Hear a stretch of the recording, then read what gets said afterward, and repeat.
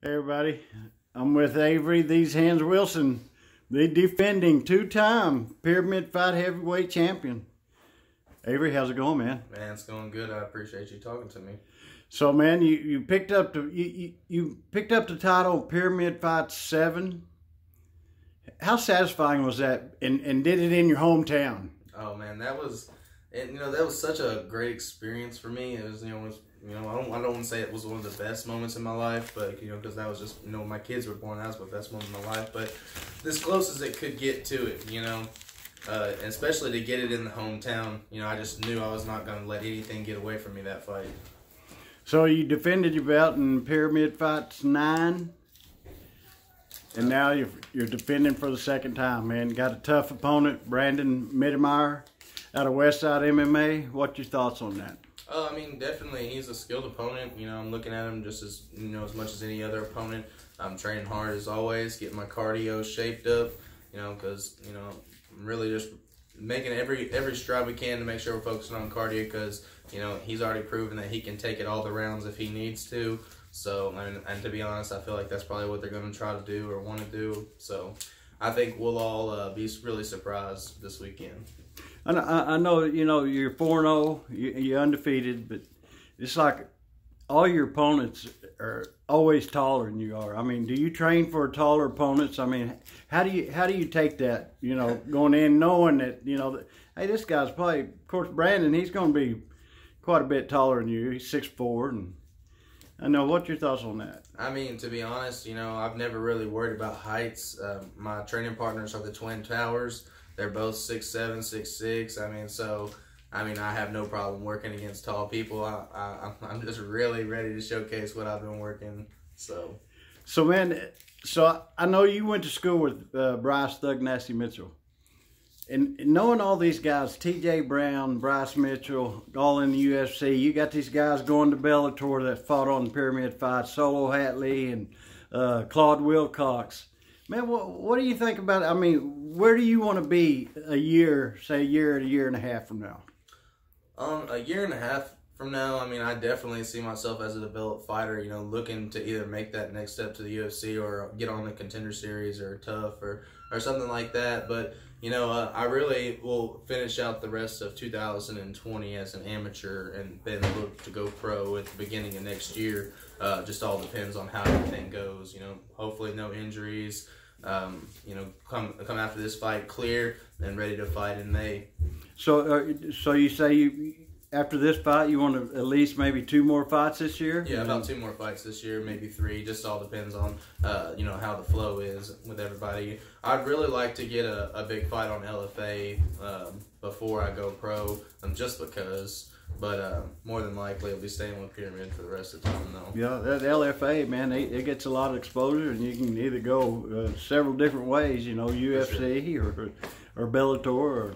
For sure. A lot of people are starting to debut in Bellator, and they're starting to take a lot of, especially heavyweights. From what I've seen, they've been bringing in a lot of debut heavyweights with undefeated amateur records. And, I just want to make sure that I'm doing everything possible to make sure I'm set up for success for my pro career. So you got 4 finishes, 4-0, 4 finishes, 2 in the first round under a minute, and you got 2 in the second round. Is this fight going out of the second round? To be honest, it could go out of the second round, it could go out of the first. It really just depends. If he wants to wrestle me around, then of course it's going to go out of the second round, maybe into the third. So that's what we're training for. We're not always training for the knockout. We're basically training to defend whatever they're going to be trying to work. And I feel like he's going to try to work his wrestling. He's not going to be trying to stand up with me. So, and if he is, then I look forward to a great fight.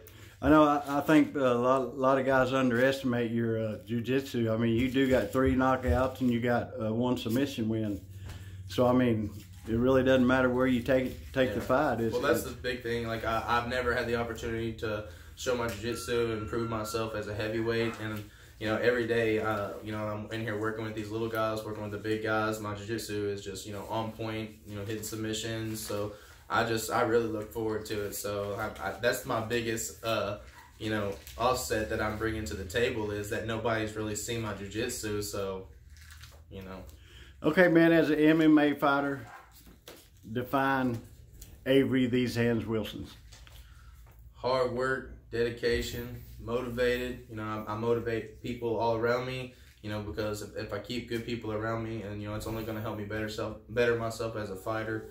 You know, I try to surround myself with good fighters and, you know, positive energy. So I'm after it. I'm hungry. I want it, and I'm willing to do whatever it takes to get it. And I promise you, I'm willing to die for this thing, man.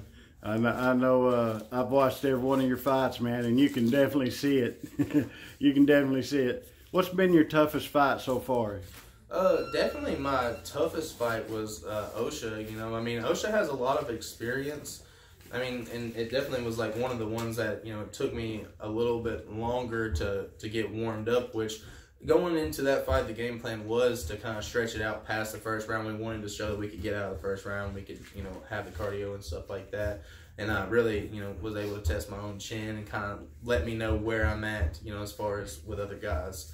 So, you know, definitely taking him out was a good one. And I feel like, you know, the other ones were, you know, good experience, but it just kind of breezed through. It was just kind of like part of the motions, you know. So now, 4-0, undefeated. You got people in line wanting you. Oh, yeah.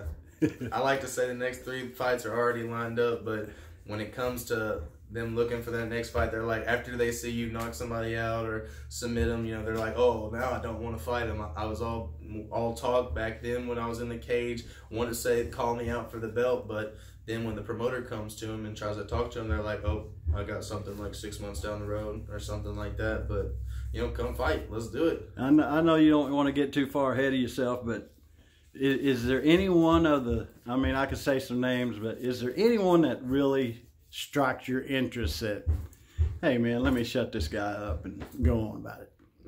To be honest, there's nobody that I'm really watching. I mean, I've seen all the heavyweights around. I mean, there's plenty of heavyweights coming up, 2-0, 3-0, stuff like that, and I definitely see them. But, like, I don't know, I'm not trying to, like, talk myself up, but I just feel like with heavyweights, you know, you got to be about it. So, I mean, I'm ready to fight whoever they put in front of me. I told you that the first time you met me. I said, I don't care who it is. You know, they just line it up, and then I get in there, and I do my thing because, you know, we're in here working, and that's the goal.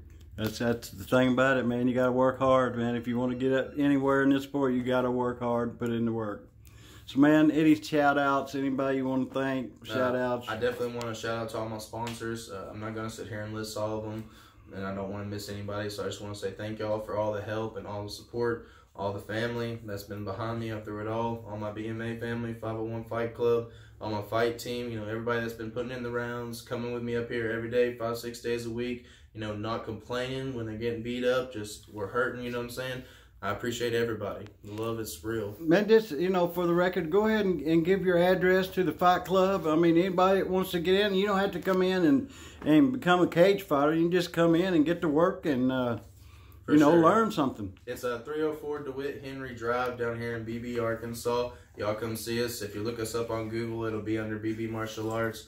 But we're now originally named 501 Fight Club. You know, we're in here every day. It's a brotherhood. You know, everybody is, you know, we're just like a big family. So y'all come down here and join our family. And you see these fighters at the Fight fans, man, they're all the time selling shirts. Buy a shirt, man. Ask them for an autograph. Give them $20 for gas, man. I mean, they got to come back and forth. They leave their family, and I guarantee you they'll appreciate it. For sure. We definitely, you know, hit their sponsors up, man. Tell them you support them. And you never know, man. You might get one heck of a deal. For sure. So, ladies and gentlemen, Pyramid Fights 15. Benton, Arkansas, Benton Convention Center, February 29th, February 28th, Rock City, Harley-Davidson, weigh-ins, be there.